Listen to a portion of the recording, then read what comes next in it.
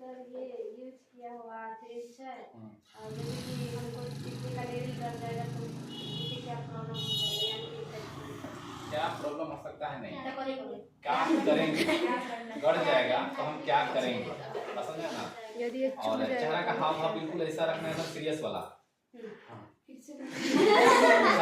का जो है हाव भाव रख लेना है, बिल्कुल जो है थोड़ा सा एक्सप्रेशन में लगे। जैसे देखो हम बता रहे हैं कि सर ये एक सिरिंज है, इसे किसी पेशेंट को दिए हैं, मतलब यूज हो गया है, और अगर गलती से हमको चुभ जाता है तो सर हम क्या करेंगे? समझ आ गया? बस इतने। रेडी है सब लोग? हम 3 करेंगे तब से रेडी होगा लोग, ठीक है? इसके बाद चलिए 3। हाँ बोलिए सर। मतलब ये यूज किया हुआ फ्रिज है और निडिल मतलब हमको गड़ जाएगा तो मतलब इससे बचाव के लिए क्या करना? ठीक, बहुत बढ़िया सवाल है इनका। देखिए ये सिरिंज है, डिस्पोजेबल सिरिंज है, इसके साथ हमारा क्या है, नीडल है। इससे हम लोग किसी पेशेंट को इंजेक्शन देते हैं, दवा देते हैं। अगर हम किसी पेशेंट को एक बार दे देते हैं, यूज कर लेते हैं, तो ये इन्फेक्टेड हो जाता है ना, उसके ब्लड से इन्फेक्टेड हो गया, उसका ब्लड इसमें आ गया, हमें पता नहीं है कि उस पेशेंट को क्या दिक्कत है क्या नहीं है। और अक्सर हम लोगों को ये नीडल चुभ जाता है अनकैपिंग करते समय, रिकैपिंग करते समय, ठीक है ना? तो हम लोग उस समय अस्पताल में रहते हैं, अस्पताल में इंजेक्शन लगाते हैं, उस समय क्या करेंगे उस पर फोकस करना है।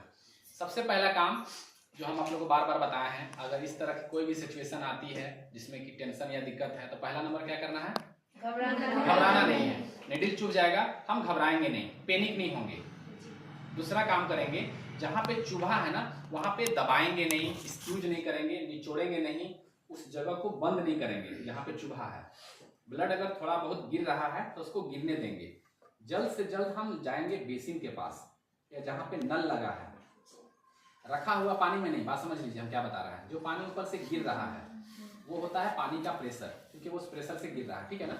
उस प्रेशर वाले नल के पास जहाँ से पानी गिर रहा है वहाँ अपना हाथ को ले जाएंगे, 1 मिनट तक वहाँ रखेंगे। वो पानी के प्रेशर से क्या होगा कि आपका हाथ है, आप हॉस्पिटल में काम करते हैं, जिधर से इधर बैक्टीरिया वायरस लगा रहता है, वो सब धुला जाएगा और उस प्रेशर के वजह से आपका ब्लड भी उम्मीद है कि बंद हो जाएगा। इसके बाद हम अच्छे से हाथ को गीला करने के बाद फिर सॉप लेंगे, साबुन लेंगे, अच्छे से हाथ को धोएंगे।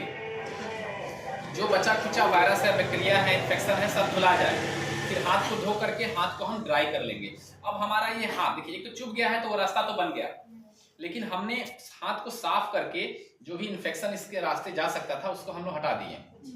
अब मुंह कान का तो इन्फेक्शन यहाँ नहीं आएगा, हमारा हाथ यहाँ चुभा है, यहाँ का इन्फेक्शन आ सकता है अगर हम धोएंगे नहीं तो। अब हम लोग इसको ड्राई करेंगे, बेटाडीन, सेवलॉन या डिटोल, कुछ भी लेके गॉज में, कुछ भी मतलब कुछ भी, डिटोल, बेटाडीन, गॉज जो मिल जाता है एंटीसेप्टिक है, उसको लेके हम लोग उसको और भी क्लीन कर देंगे। पहला साबुन से क्लीन किए, वाटर से क्लीन किए, फिर हम लोग उसको एंटीसेप्टिक यूज करेंगे, डिटोल हो, सेवलॉन हो, बेटाडीन हो, क्लीन कर देंगे। अब हमारा काम आता है, हम इसकी रिपोर्ट करेंगे। क्या करेंगे? रिपोर्ट करेंगे कि भैया देखिए हमको नीडल चुभ गया है, ये सिरिंज है, इस सिरिंज से, इस नीडल से मेरा चुभ गया है। ये हम रिपोर्ट करते हैं इन्फेक्शन कंट्रोल नर्स को। किसको करते हैं? Infection control nurse. ICN एक पोस्ट होता है हॉस्पिटल में जो इन्फेक्शन को रोकने के लिए बनाया जाता है। वो क्या करेगी? नोट करेगी। अब हम लोग का नोट हो गया, वहां पे सारा चीज लिखा गया कि भाई फलाना स्टाफ है, उसको चुभा है। अब पता किया जाएगा कि इस सिरिंज से किसको सुइया दिया गया था। समझ आ रहा? 2 केस हो सकता है, या तो उस पेशेंट को HIV हो, हेपेटाइटिस B हो या हेपेटाइटिस C हो सकता है, या फिर ऐसा भी हो सकता है कि उसको कोई बीमारी ना हो, ठीक है। अगर उस पेशेंट को निकल गया गलती से कि HIV था, हेपेटाइटिस B था या हेपेटाइटिस C था, ये हम उन बीमारियों का नाम बता रहे हैं जो ब्लड बॉर्न डिजीज है, मतलब कि ब्लड से ब्लड के संपर्क में आने वाला बीमारी है ना। हमको टाइफाइड है, अगर किसी को टाइफाइड है, बुखार है, हॉस्पिटल में भर्ती है, उसका ब्लड मेरे अंदर आ जाएगा तो हमको कोई दिक्कत नहीं है, बात समझ रहे हैं। लेकिन HIV का ब्लड आ जाए, हेपेटाइटिस B और हेपेटाइटिस C का ब्लड आ जाए तो हम उससे इन्फेक्टेड हो सकते हैं, है ना, क्योंकि ब्लड से ब्लड में फैलता है। तो उस केस में हम क्या करेंगे? 2 घंटे के अंदर, विदिन 2 घंटा, जब नीडल चुभा है उस टाइम से लेके जितना हम हाथ धोएं, सबको अपना अपना इन्फॉर्म किए, 2 घंटे के अंदर हम एक ट्रीटमेंट शुरू करते हैं जिसको बोलते हैं PEP, post exposure prophylactic. Post exposure prophylactic मतलब ये क्लियर हो गया कि ये जो सिरिंज है, ये जो नीडल हमको चुभा है ना, ये किसी इन्फेक्टेड पेशेंट का है, मतलब उसको HIV था।